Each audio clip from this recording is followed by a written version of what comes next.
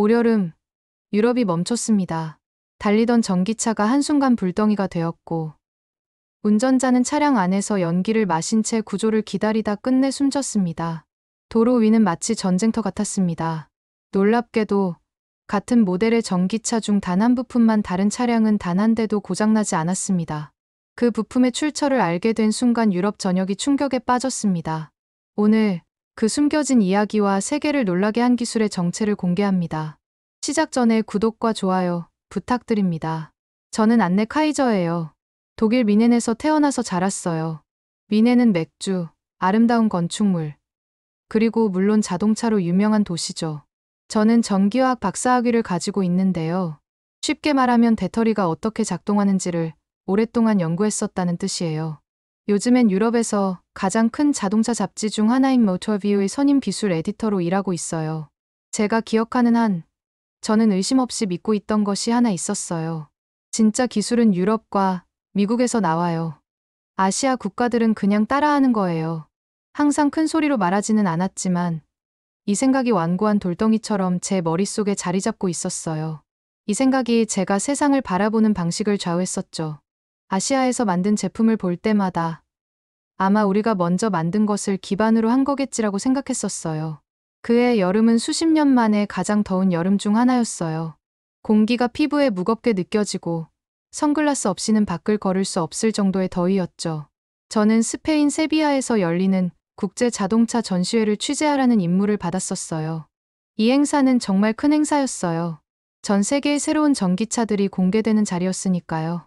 전시홀에 들어갔을 때 밝은 빛의 벽에 부딪힌 것 같았어요. 그곳은 에너지로 가득했어요. 스포트라이트가 번쩍이고 거대한 스크린에서는 사막과 현대적인 도시를 달리는 자동차들의 영상이 재생되고 있었고 바닥에는 여러 언어로 나누는 수백 개의 대화 소리가 윙윙거리고 있었어요. 모든 소음과 색깔의 중심에서 두 개의 부스가 다른 어떤 것보다 눈에 띄었어요. 중국 브랜드인 엑스펜과 니오는 록 콘서트, 무대 같은 거대한 전시장을 만들어 놓았어요. 그들의 최신 전기차들이 천천히 원을 그리며 돌아가는 높은 플랫폼 위에 놓여 있어서 번쩍이는 차체를 자랑하고 있었어요. 페인트가 조명 아래서 너무 밝게 반짝여서 저는 눈을 찡그려야 했어요. 엔지니어들과 세련된 정장을 입은 임원들이 무대에 오르자 사람들이 몰려들었어요. 그들은 강하고 자신감 넘치는 목소리로 마이크에 대고 말했어요. 저희는 더 이상 한국 배터리가 필요하지 않습니다라고 엑스펜의 기술 책임자인 장 씨가 마치 한 시대의 끝을 선언한 것처럼 웃으며 말했어요. 저희 자체 배터리가 더 좋습니다. 더 빠르고, 더 강하고, 더 발전된 기술이에요. 그러자 니오의 기술 책임자인 리 여사가 앞으로 나섰어요. 한국 배터리는 과대 포장되었어요.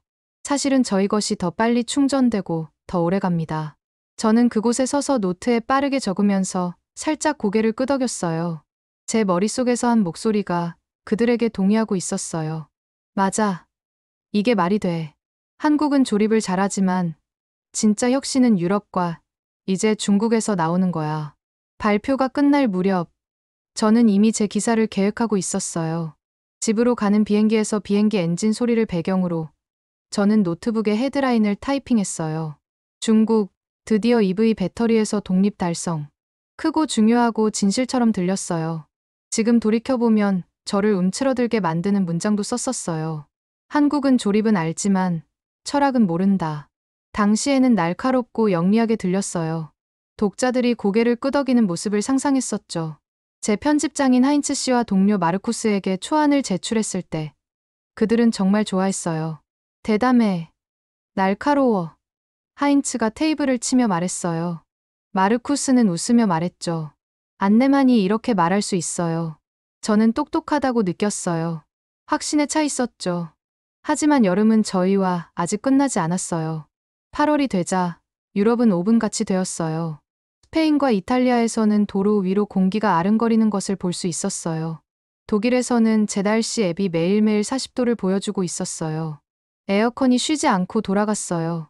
사람들은 최대한 실내에 머물렀어요. 그 더위는 단순히 불편한 게 아니라 위험했어요. 그때 이상한 이야기들이 나오기 시작했어요. 스페인 남부의 고속도로에서 정오에 엑스펜 한 대가 갑자기 멈춰서서 운전자가 견인차를 불러야 했어요. 이탈리아의 번화한 도심 광장 한복판에서 이후 한 대가 작동을 멈춰서 교통을 막고 보행자들을 당황하게 만들었어요.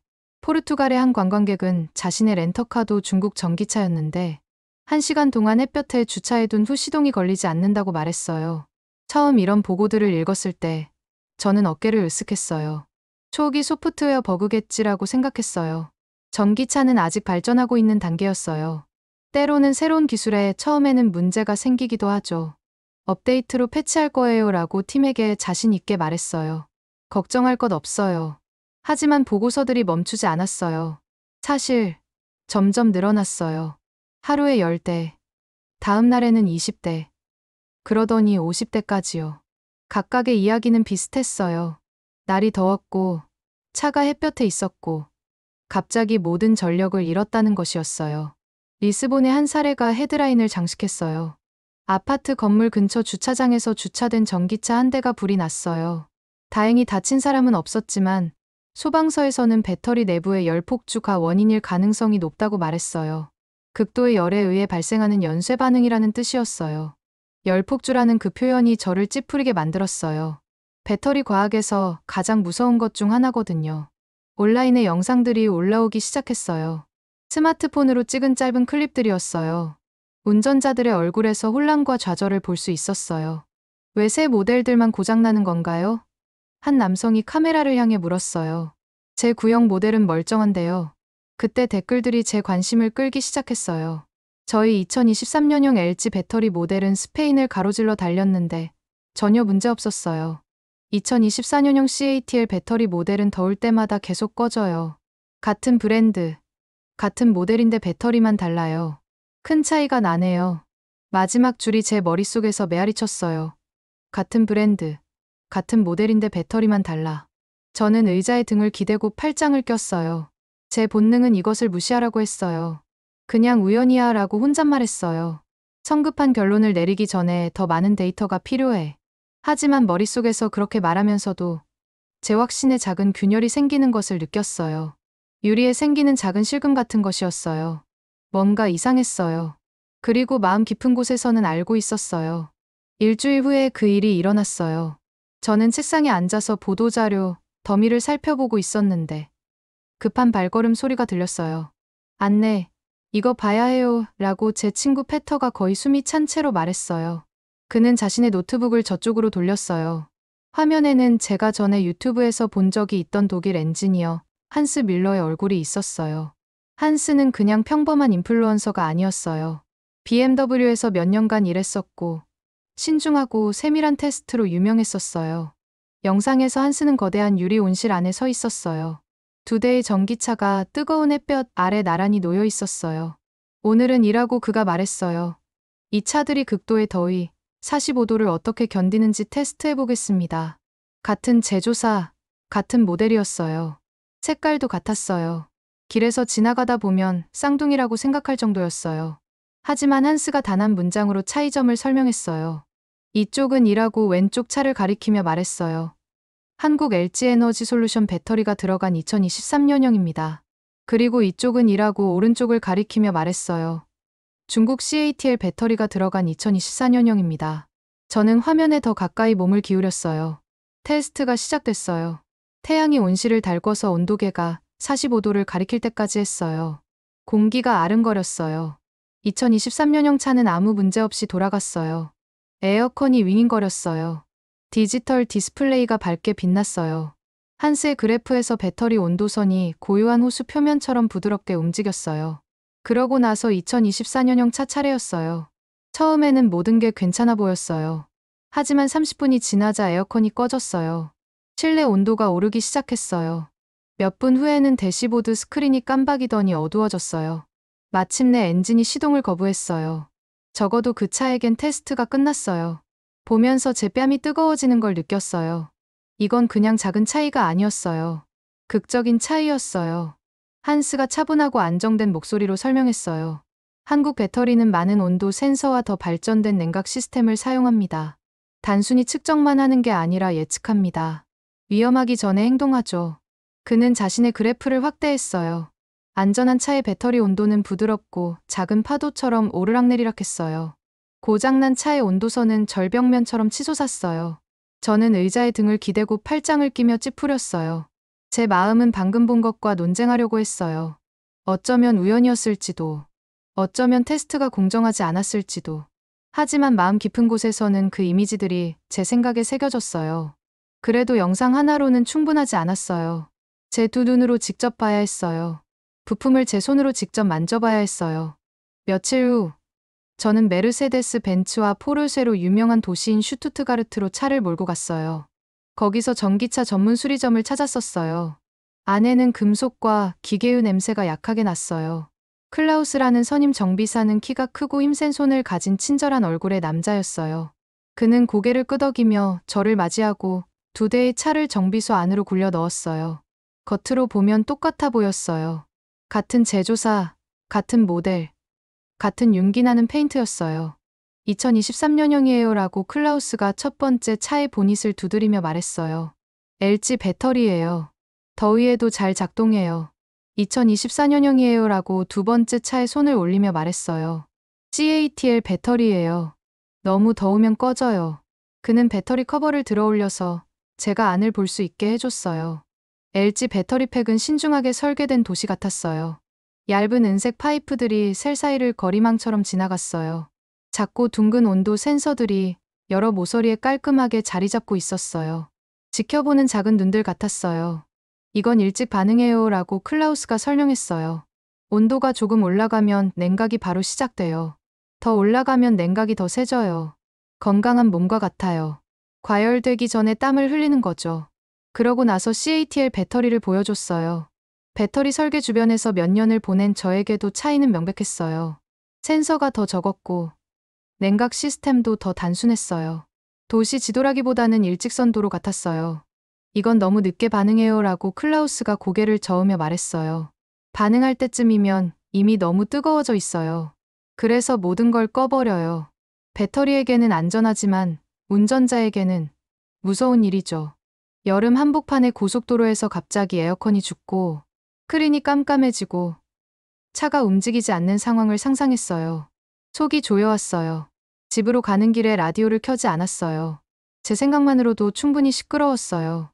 세비야 기사의 자랑스러운 문장인 한국은 조립은 알지만 철학은 모른다가 계속 마음속에 떠올랐는데 이제는 무겁고 틀린 것처럼 느껴졌어요. 어쩌면 제가 불공정했을지도 몰라요. 어쩌면 제가 게으름을 피웠을지도 몰라요. 저는 무대와 밝은 조명, 그리고 큰 약속들을 현실의 결과보다 더 신뢰했었어요. 제가 직접 사실을 확인하는 대신 화려한 발표에 고개를 끄덕였던 거예요. 그 깨달음이 제 가슴을 답답하게 만들었어요. 아파트 주차장에 차를 댔는데 잠시 그대로 앉아 있었어요. 차는 아직 돌아가고 있었어요. 한스의 그래프를 생각했어요. LG 배터리 안에 센서들이 줄지어 있는 모습, 각각이 작은 수호자 같았던 것을 생각했어요. 온실의 뜨거운 공기와 2024년형 차가 어두워진 순간을 생각했어요. 인정하기 싫었지만 마음 한편으로는 이미 알고 있었어요. 제가 한국에 대해 틀렸다는 것을요. 하지만 아직 큰 소리로 말할 준비는 안 됐어요. 모든 증거를 다 모을 때까지는요. 다음 날 아침, 저는 곧장 편집장 사무실로 걸어갔어요. 한국에 가려고 해요라고 말했어요. 하인츠 씨가 컴퓨터에서 고개를 들었어요. 한국, 왜요? 제 두 눈으로 직접 진실을 봐야 해요. 그들의 배터리가 어떻게 만들어지는지 이해하고 싶어요. 제가 본 게 그냥 운인지 아니면 더 깊은 무언가인지 알아야 해요. 그는 잠시 제 얼굴을 살펴보더니 천천히 고개를 끄덕였어요. 좋아요. 하지만 가신다면 완전한 이야기를 가져와야 해요. 대충 하면 안 돼요. 저는 고개를 끄덕였어요. 약속할게요. 그의 사무실을 나서면서 두려움과 흥분이 섞인 감정을 느꼈어요. 오랜만에 처음으로 저는 다른 사람이 아닌 제 자신의 믿음에 도전하려고 했어요. 제 비행기가 인천공항에 착륙했을 때 이상한 감정을 느꼈어요. 평온함이었어요. 조용한 방에 앉아 있을 때 느끼는 그런 평온함이 아니라 주변의 모든 것이 완벽하게 돌아갈 때 오는 그런 평온함이었어요. 공항은 붐볐지만 차분했어요. 줄이 빠르게 움직였어요. 표지판들은 크고 명확하고 따라가기 쉬웠어요. 아무도 밀거나 새치기를 하지 않았어요. 청소하는 직원들도 지나가는 사람들에게 미소를 지어줬어요. 저는 표지판을 따라 버스 정류장으로 갔어요. 서울로 가는 버스가 화면에 표시된 시간에 정확히 도착했어요. 분 단위로 정확했어요. 지연도 없고 혼란도 없었어요. 버스가 도시로 향하는 동안 창밖을 바라봤어요. 서울이 미래의 도시처럼 앞에 펼쳐졌어요. 반짝이는 유리 타워들이 부드러운 초록 언덕들과 나란히 서 있었어요. 다리들이 넓은 한강을 가로질렀고 강물 표면이 태양 아래서 반짝였어요. 시끄러운 경적 소리도 없고 혼란도 없었어요. 그냥 부드럽고 꾸준한 움직임이었어요. 현대적이었지만 차갑게 느껴지지 않았어요. 살아있는 것 같았어요. 심장박동을 가진 정밀함이었어요. 제가 한국에 온 이유는 간단했어요. LG 에너지 솔루션과 이야기하고 싶었어요. 만약 그들의 배터리가 정말로 일부 전기차들이 유럽에 폭염에서 살아남은 이유라면 그들에게서 직접 들어야 했어요. 하지만 그들의 사무실에 전화를 걸었을 때 정중하게 말했어요. 죄송하지만 현재는 인터뷰를 할 수 없습니다. 부드러운 거절이었지만 어쨌든 거절이었어요. 이해할 수 있었어요. 배터리 회사들은 보물처럼 자신들의 비밀을 지키거든요. 그리고 유럽의 상황을 생각하면 아마 더 많은 문제를 일으키고 싶지 않았을 거예요. 그래도 막막했어요. 뭘 해야 하지? 실패한 미팅 말고는 아무것도 없이 독일로 돌아가야 하나? 저는 명동의 작은 카페에 앉아서 아이스라떼를 마시며 계획을 생각해보고 있었어요. 그때 목소리가 들렸어요. 실례합니다라고 그 여성이 완벽한 영어로 말했어요. 모터뷰의 안내 카이저 씨인가요? 저는 깜박였어요. 네, 맞아요. 그런데 당신은? 그녀가 따뜻하게 웃었어요. 저는 서울대학교 화학공학과의 정하윤 교수입니다. 당신의 기사들을 읽었어요. 배터리에 대해 이야기해 보시겠어요? 그러고 싶냐고요? 네, 재발효하고 말했는데 아마 너무 빨리 말한 것 같아요. 저희는 조용한 테이블을 찾았어요. 정 교수님이 노트북을 열고 화면에 3개의 원을 그렸어요. 라벨을 붙였어요. 안전 지속성 적응. 이것이라고 그녀가 말했어요. 한국 배터리 철학의 핵심입니다. 철학이요. 저는 되물었어요. 배터리는 화학과 공학에 관한 것이라고 항상 생각했었는데 철학이 아니라요. 그녀가 고개를 끄덕였어요. 안전은 좋은 날이 아니라 최악의 날을 위해 설계한다는 뜻이에요. 지속성은 배터리가 1년 차에만이 아니라 10년 차에도 작동해야 한다는 뜻이에요. 적응은 시스템이 환경을 감지한다는 뜻이에요. 열, 추위, 습도를 말이에요. 그리고 늦게가 아니라 일찍 행동하죠. 그녀가 차트를 보여줬어요. 30도에서는 냉각 시스템이 1단계로 시작돼요. 35도에서는 2단계로 바뀌고 전력을 부드럽게 조절해요. 40도에서는 완전한 냉각으로 응급 모드가 켜져요. 하지만 숫자보다 더한 것이 있어요. 라고 그녀가 말했어요. 저희 알고리즘은 예측해요. 배터리 온도가 빠르게 오르고 있으면 기다리지 않아요. 더 빨리 행동하죠. 온도가 안정적이면 쉬어요. 호흡과 같아요. 차분할 때는 천천히, 뛸 때는 빠르게. 저는 몸을 앞으로 기울였어요. 그런데 화려한 것들은 어떤가요? 빠른 충전, 높은 용량, 기록 경신 같은 것들 말이에요. 그녀가 다시 웃었어요. 그런 것들도 좋아해요. 하지만 먼저 물어봐요. 안전한가요? 뜨거운 고속도로에 갇힌 가족을 보호할 수 있나요? 얼어붙은 밤에 의사의 차가 계속 움직일 수 있게 할까요? 이런 것들이 속도나 크기보다 먼저예요. 그녀의 말은 차분했지만 저에게 강하게 와닿았어요. 그녀는 큰 주장으로 저에게 인상을 주려고 하지 않았어요. 더 깊은 것을 보여주고 있었어요. 단순히 성능만이 아니라 보호하는 기술을요. 그날 저녁, 저는 한강을 따라 걸었어요. 가족들이 잔디에서 피크닉을 하고 있었어요. 커플들이 함께 자전거를 타고 있었어요. 아이들이 롤러블레이드를 연습하고 있었고, 부모들이 옆에서 조깅을 하고 있었어요. 짧은 드라이브를 위해 BMW 전기차를 렌트했어요. 대시보드에 배터리 온도를 보여주는 작은 그래프가 있었어요. 가속을 해도 온도가 안정적으로 유지됐어요. 차분한 심장박동처럼요. 폭염 속 유럽의 고속도로들을 생각했어요. 멈춰선 차들과 당황한 운전자들에 대한 끝없는 보고서들을요. 그런데 여기서 저는 흔들리지 않는 것 같은 차에 있었어요. 관심을 끌려고 하지 않으면서 조용히 저를 보호하고 있었어요. 깨달았어요. 때로는 가장 강력한 기술이 눈에 띄지 않는 기술이라는 것을요. 절대 실패하지 않기 때문에 말이에요. 마지막 날, 정 교수님이 다시 저를 만나주셨어요. 그녀가 물었어요. 안내 씨, 뭘 쓰실 건가요? 저는 깊게 숨을 들이쉬었어요. 진실의료라고 말했어요. 그리고 아마 사과도요. 저는 한국이 그냥 조립을 잘한다고 생각하며 왔었어요. 하지만 이제 그들의 진짜 강점을 봤어요. 쇼를 위해서가 아니라 삶을 위해 설계하는 것이었어요. 그리고 그것이 자동차 전시회의 어떤 화려한 무대보다도 더 가치 있다는 것을 알았어요. 미넨으로 돌아왔을 때 서울보다는 공기가 시원했지만 제가 배운 모든 것들로 마음은 여전히 따뜻했어요. 노트북을 열고 빈 페이지를 바라봤어요. 이번에는 정확히 뭘 써야 하는지 알고 있었어요. 제목은 대담했어요. 유럽을 보호한 기술은 한국 것이었다. 첫 번째 문단에서 저는 전에 한 번도 해본 적 없는 일을 했어요. 제 옛 기사에서 제 자신을 인용했어요. 한국은 조립은 알지만 철학은 모른다. 그러고 나서 바로 그 뒤에 썼어요. 제가 틀렸습니다. 한국의 배터리 시스템은 신중한 설계, 인내심 있는 테스트, 그리고 사람을 첫 번째로 생각하는 철학을 보여줍니다. 그 말들을 쓰는 것이 무겁기도 하고 가볍기도 했어요. 제가 틀렸다는 것 때문에 무거웠지만 이제 진실을 말하고 있다는 것 때문에 가벼웠어요. 기사가 나왔을 때 반응이 뜨거웠어요. 일부 독자들이 솔직해줘서 고마워요라는 메시지를 보냈어요. 다른 사람들은 화가 났어요. 그들은 왜 더 일찍 진실을 말하지 않았나요? 라고 말했어요. 그들이 맞았어요. 그랬어야 했어요. 일주일 후 인기 TV 토크쇼에 나오라는 초대를 받았어요. 진행자가 웃으며 큰 질문을 했어요. 안내 씨, 이제 한국이 유럽보다 낫다고 생각하시나요? 저는 깊게 숨을 들이쉬었어요. 이건 축구 경기가 아니에요 라고 말했어요. 누가 더 많은 점수를 내는지가 아니라요. 안전에 관한 거예요. 사람에 관한 거예요. 유럽, 중국, 한국, 우리 모두 강점이 있어요.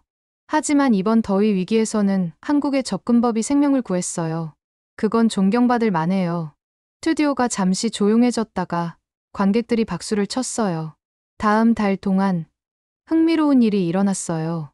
더 많은 유럽 회사들이 한국 공급업체들과 계약을 체결하기 시작했어요. 한 포르쉐 임원은 인터뷰에서 좋은 기술에는 국적이 없다라고까지 말했어요. 그걸 읽었을 때 저는 미소를 지었어요. 그 말이 진실처럼 느껴졌어요. 가을에 서울로 다시 날아갔어요. 하지만 이번에는 비판자로서가 아니라 학생으로서 온 거였어요. 공기가 상쾌했고 도시 주변의 산들이 밝은 빨간색과 황금색 잎들을 입고 있었어요. 가을의 서울은 더욱 아름다워 보였어요. 서울대학교 캠퍼스에서 정하윤 교수님을 다시 만났어요. 학생들이 노트북과 커피잔을 들고 지나갔고 시원한 공기에 그들의 숨이 작은 구름을 만들고 있었어요. 정 교수님이 따뜻하게 웃었어요. 독자들이 뭐라고 하던가요? 그녀가 물었어요. 많은 분들이 솔직해서 고맙다고 했어요 라고 제가 말했어요. 하지만 일부는 더 일찍 솔직했어야 한다고 말씀하셨어요. 그리고 맞는 말이에요. 그녀가 고개를 끄덕였어요. 우리 모두 각자의 속도로 배우죠. 가을 나무 아래를 함께 걸었어요. 저는 그녀에게 말했어요. 처음 여기 왔을 때는 한국이 그냥 빠른 모방자라고 생각했어요. 이제는 신중한 건설자라는 걸 봐요. 이 도시가 그걸 보여줘요. 옛것과 새것이 함께, 속도와 배려가 함께 있어요. 그녀가 기뻐 보였어요. 그게 저희가 되려고 하는 모습이에요. 걸으면서 저는 중요한 것을 생각했어요. 진짜 기술은 종종 조용해요. 항상 헤드라인이나 큰 광고를 만들지 않아요. 때로는 자동차 배터리 안에 작은 시스템이 배터리를 시원하게 유지하는 거예요. 또는 가족이 뜨거운 도로에서 발이 묶이지 않게 하는 안전 기능이에요. 그런 작고 조용한 것들이 삶과 죽음의 차이가 될 수 있어요. 그날 밤, 한국을 떠나기 전에 저희 잡지의 새로운 채널인 모두를 위한 과학을 위해 아이들을 위한 짧은 영상을 녹화했어요. 카메라를 보며 말했어요. 안녕. 저는 독일에서 온 안내예요. 여러분에게 중요한 걸 말해주고 싶어요. 때로는 전문가들도 틀려요. 제가 그랬어요. 저는 한국이 단지 조립만 한다고 생각했어요. 하지만 서울에 와서 다른 생각하는 방식을 배웠어요. 한국 엔지니어들은 실제 삶에서 어떻게 사람들을 안전하게 지킬 수 있을까? 뜨거운 여름에, 얼어붙은 겨울에, 라고 물어요. 그들은 배터리에 많은 작은 센서들을 넣어요. 부드럽게 그리고 일찍 냉각시켜요. 계속해서 테스트해요. 가장 시끄럽거나 화려한 건 아니에요. 하지만 가장 친절해요. 기억하세요. 좋은 과학은 사람들을 보호해요. 그리고 어디에서 왔든 그런 일을 하는 사람은 존경받아야 해요. 한국에서 배운 한마디 더로 영상을 끝냈어요. 감사합니다. 한국. 집으로 가는 비행기에서 비행기 창문으로 서울의 불빛들을 봤어요. 밤속으로 사라질 때까지 작은 별들처럼 반짝였어요. 이제 달라진 기분이었어요. 네. 저는 여전히 유럽 공학을 사랑했어요. 자랑스러웠어요. 하지만 이제 한국 공학도 깊이 존경했어요. 제 태도가 바뀌었어요. 무시하는 태도에서 긍정적이고 감사한 태도로요. 그리고 저만이 아니었어요. 제 친구들, 하인츠 씨와 마르쿠스, 심지어 장 씨와 리 여사까지도 한때 한국 기술을 무시했던 사람들이 어쩌면 한국과 협력해야 할 것 같아 라고 말하기 시작했어요. 태도의 그 작은 변화가 큰 진전처럼 느껴졌어요. 미네는 제 책상에 다시 앉았을 때 메모를 써서 컴퓨터 위에 붙였어요. 드라마가 아닌 데이터를 요구하라. 무대가 아닌 실험실을 방문하라. 조용히 만드는 사람들을 존경하라. 안전이 우선이다. 항상 앞을 내다보며 다음 폭염이 올 때 더 적은 차들이 도로에서 멈추길 바라요. 더 많은 배터리들이 시원하게 유지되길 바라요. 그리고 더 많은 우리가 엔지니어들, 편집자들, 그리고 내일의 발명가가 될 아이들이 제가 서울에서 배운 교훈을 기억하길 바라요. 진짜 기술은 단순히 높은 숫자나 전시회의 반짝이는 부스에 관한 게 아니에요. 진짜 기술은 사람들을 배려하는 것이에요. 그리고 어떤 나라가 그걸 잘할 때는 크기나 위치에 상관없이 우리의 존경을 받을 만해요. 오늘의 사연은 여기까지입니다. 앞으로도 계속해서 놀라운 이야기로 찾아오겠습니다. 다음 이야기도 많이 기대해 주세요. 오늘도 시청해 주셔서 감사합니다. 더 재밌고 즐거운 영상으로 다시 인사드릴게요.